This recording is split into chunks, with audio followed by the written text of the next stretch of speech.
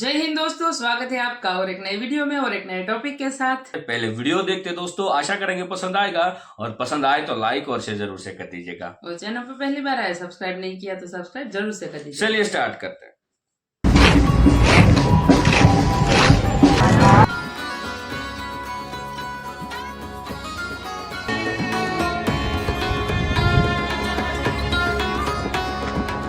Thailand के लोगों के दिमाग में आने वाले कई डिकेड्स तक ये छपा रहेगा कि भारत ने भगवान बुद्ध के रिलिक्स को भेजा जो हमारे लिए सर्वोपरि हैं।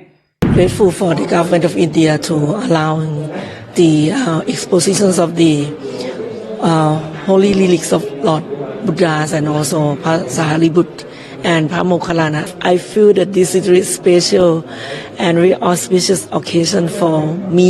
जेस्चर हम लोगों ने इस वीडियो में देखा इंडिया की तरफ से, मुझे लगता है आजकल के टाइम में ये बहुत ज़्यादा महत्वपूर्ण है क्योंकि इससे एक तो हार्मनी क्रिएट होती है डिफरेंट कंट्रीज़ के बीच में, डिफरेंट कम्युनिटीज़ के बीच में। ऐसे सॉफ्ट पॉलिटिक्स उनकी है दुनिया में कि अब दोस्ती है नहीं है, ताल्लुकात कैसे भी हों, लेकिन पुकारते सिर्फ इंडिया को। इंडिया वालों की वैल्यू है। मैं जब ईरान में गया, वो होटल वाला ने मुझसे पूछा है कि भाई कहाँ से आए, मैंने कहा पाकिस्तान से। उन्होंने कहा no Pakistan India I love.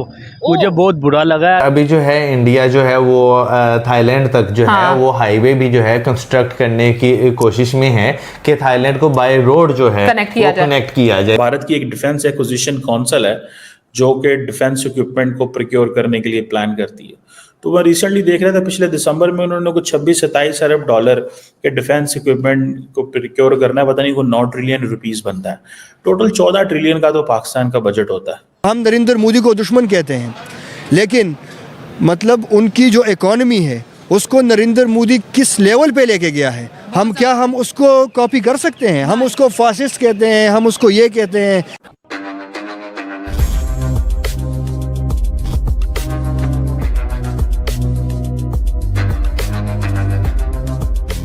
नमस्कार दोस्तों रिसेंटली एक वीडियो काफ़ी ज़्यादा वायरल हो रही है जहां थाईलैंड के लोग भारत को थैंक्स कह रहे हैं।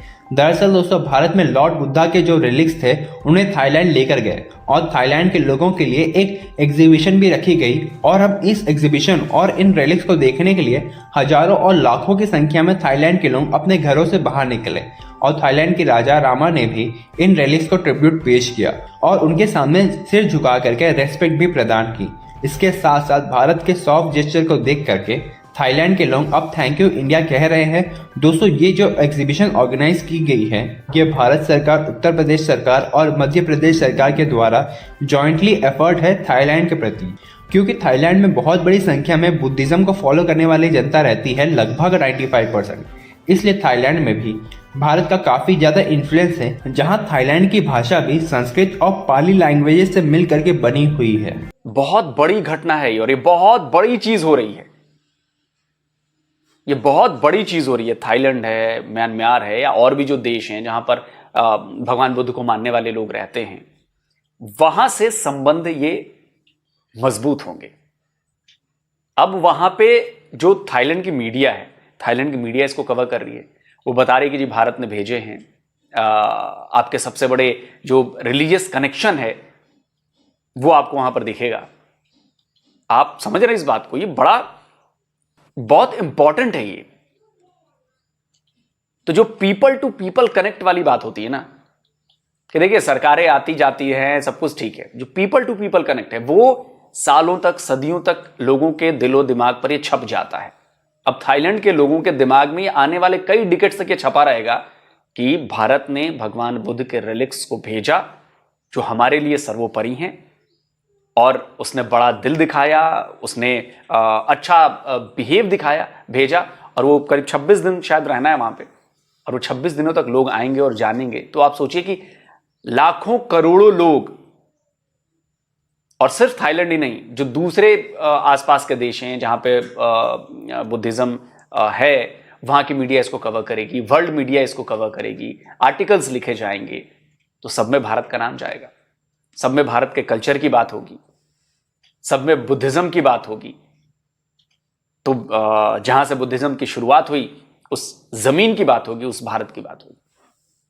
तो भारत की प्रेजेंस जो है ना, लोग पाकिस्तान के लोग कहते रहते हैं यार उसका कल्चर फैल रहा है, कल्चर फैल रहा है। अरे भाई क्यों ना फैलाएं हम अपना कल्चर?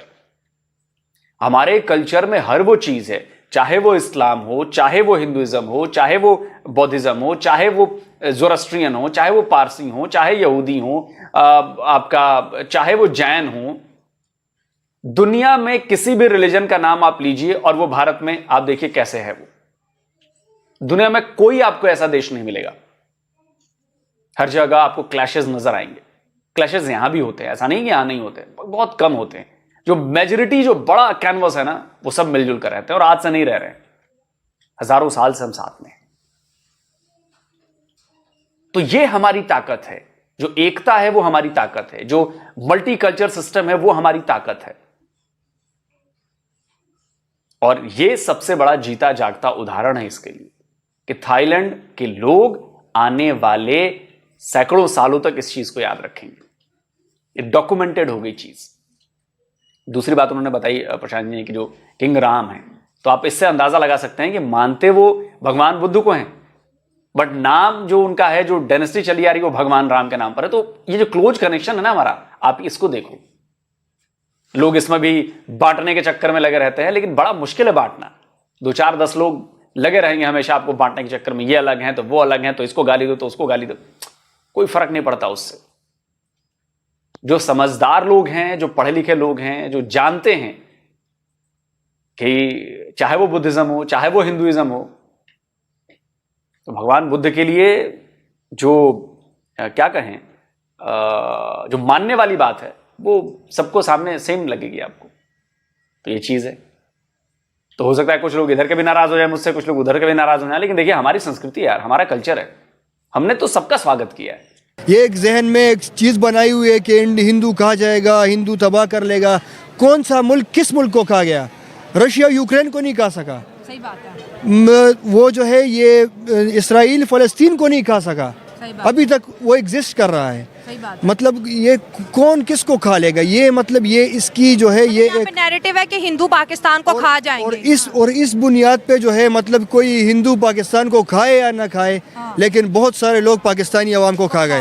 बिल्कुल बिल्कुल, आपने सही बात की। अच्छा, आप चाइना में रह के आए हैं, चाइना इंडिया के बारे में क्या सोचता है? उसकी क्या पॉलिसीज हैं, क्या थॉट्स हैं? मैं आपको बात बताऊं, यहाँ पे हम ठीक है, हम बात करते हैं ना कि हम पाकिस्तानी हैं, हमारे साथ बहुत अच्छी दोस्ती है, ये है वो है, लेकिन जहाँ बात चाइना में भी इंडिया और पाकिस्तान की आती है ना, तो वहाँ पे जो है, वहाँ पे इंडियंस हमसे ज़्यादा जो है फैसिलिटेट हैं। उनकी एम्बेसीज, मैं आपको, हमें कितने मसले चाइना में फेस करने हुए, कितने मसले हमारे आए।